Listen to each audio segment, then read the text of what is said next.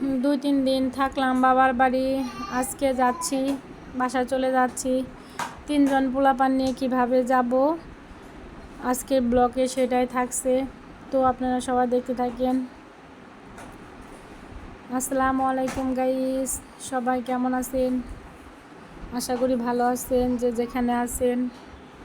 আল্লাহর রহমতে আমিও ভালো আছি। এই তো আমার বাচ্চারা রেডি হয়ে গেছে, সকালবেলায় রেডি হয়ে গেছে। 9টা বাজে। সকালবেলা খাওয়া দাওয়া করে গোছগাছ করে পরে তো যাচ্ছি। যেহেতু আমার মা নেই, সেহেতু আমার বড় বোনে তো ছোটো বাবুকে কুলে নিয়ে যাইতেছে একে দিতে। আর এই যে আমার বাবা ব্যাগ নিয়ে যাইতেছে। আমার বাবা যাইতেছে, নিচে যাইতেছে। আসলে বাবা কি বলবো, বাবার কথা যা, বাবা একটা ছায়া, বট গাছ, মাথার উপর বট গাছ। যার বাবা মা না আছে তারাই বুঝে বা দুনিয়াতে বাবা মার কষ্ট। তো আল্লাহ পাক আমার বাবাকে বাঁচিয়ে রাখছে আর মাকে নিয়ে গেছে। আমার মাকে ব্যস্তবাসী করুক আর আমার বাবাকে নিয়ে খায়ের দা বাঁচায় রাখুক, দোয়া করি। তো এখানে একটা অটো আছে, এখানে আমরা দাঁড়াবো। এখন আমাদের জন্য সিএনজি আসবো, আমরা সিএনজি বলে রাখছি, আর সিএনজিতে যাব। আর এই তো আমার বাবা আর ছেলেরা এখানে, ছেলে বসলো, মেয়ে বসে আছে। এই যে আমাদের বিল চক, যেটাকে চক বলে ওটা। আর আমার এখানে আমার কাকি আছে আর আমার বড় বোন আসছে, দাঁড়িয়ে রয়েছে গাড়ির জন্য। আমরা দাঁড়িয়ে আসছি, আমাদের সিএনজি এখন পর্যন্ত আসে নাই, সেজন্য আমরা এখানে কৃষ্ণচূড়া গাছের নিচে আমরা দাঁড়িয়ে আছি। আর এদিকে প্রচণ্ড বাতাস, খুবই বাতাস, এখানে বসে আছি। আর আমার বড় বোন তো জানিনি, আমার মায়ের দায়িত্ব সব পালন করে। আমরা বাড়িতে গেলে উনি দেখাশোনা করে, খাবার দাবার রান্না বান্না সব ওনার উপরে। আর আমাদের এই যে একটা গাছ, কলা বাগান, বাড়ির পাশেই কলা বাগান, সেখান থেকে একটা থুর ছিল। বাবার মন তো যে এটা নিয়ে যাও, সমস্যা নেই, বাসা যায় খাইও। তো বাবা নিজ হাতে পেরে দিল, বাবার ভালোবাসা। আর এই যে এদিকে আমার সিএনজি আইসা পড়ছে। সিএনজিতে আমি এখন মাল সাবানাগুলো রাখলাম, রেখে সবার কাছে বিদায় নিলাম। আসলে বিদায় মুহূর্তটা খুবই কষ্টের, একটা মেয়ের কাছে খুবই কষ্টের। দেখা যায় ছেলে মেয়ে সবাই আছে, তারপরেও মনে হয় না বাবার বাড়ি থেকে আসি, মনে হয় যে আর একটু থেকে যাই, আর কয়দিন থেকে যাই। কিন্তু এখানে তো আমার একটা সংসার আছে। কিন্তু আমাদের গাড়িটা ছেড়ে দিয়েছে, আমি মেন রাস্তায় উঠে গেছি। মানে আমাদের বাজার আছে, ওই বাজারে উঠছি এখন বাড়ি থেকেই।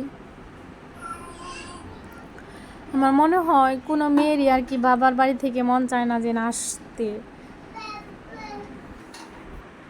তো আমারও আর কি ব্যতিক্রম, যেতে নাহি দিতে হয় তবু যেতে হয়, ওইরকম একটা কথা আছে না, আসতে না মন চাইলেও আসতে হবে।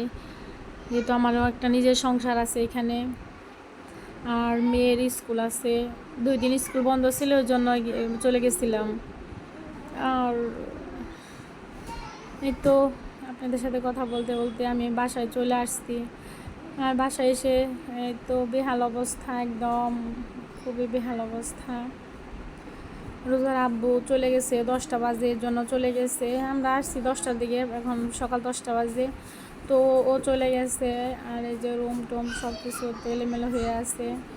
আমার গুড্ডু সোনাকে বসায় রেখে আমি বাসার কিছু কাজ করে নিব। আর আমার ছেলেটা আসা বসে রইল।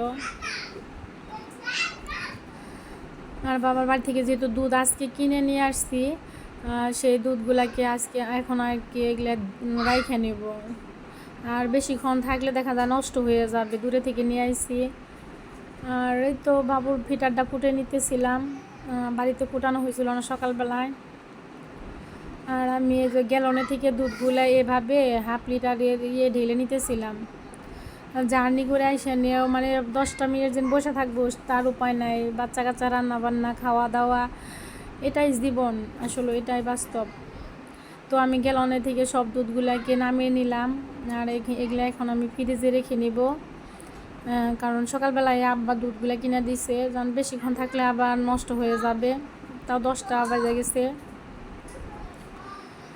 আর এই যে একে একে আমি দুধগুলো রেখে নিতেছিলাম, সাথে বাবুর জন্য আমি খাবারও বানিয়ে নিতেছিলাম। দেখা যায় বাবুরও খিদে লাগছে, অনেক সময় খায় না। আসছি তাও 1 ঘন্টা 1.5 ঘন্টা, ওইখান থেকে 1 ঘন্টা লাগছে আমার। আমি যে জায়গায় থাকি সেখান থেকে আমার বাবার বাড়ি 1 ঘন্টা সময়, 1 ঘন্টা রাস্তা। তো আমি সবগুলা দুধ এইখানে রেখে নিলাম।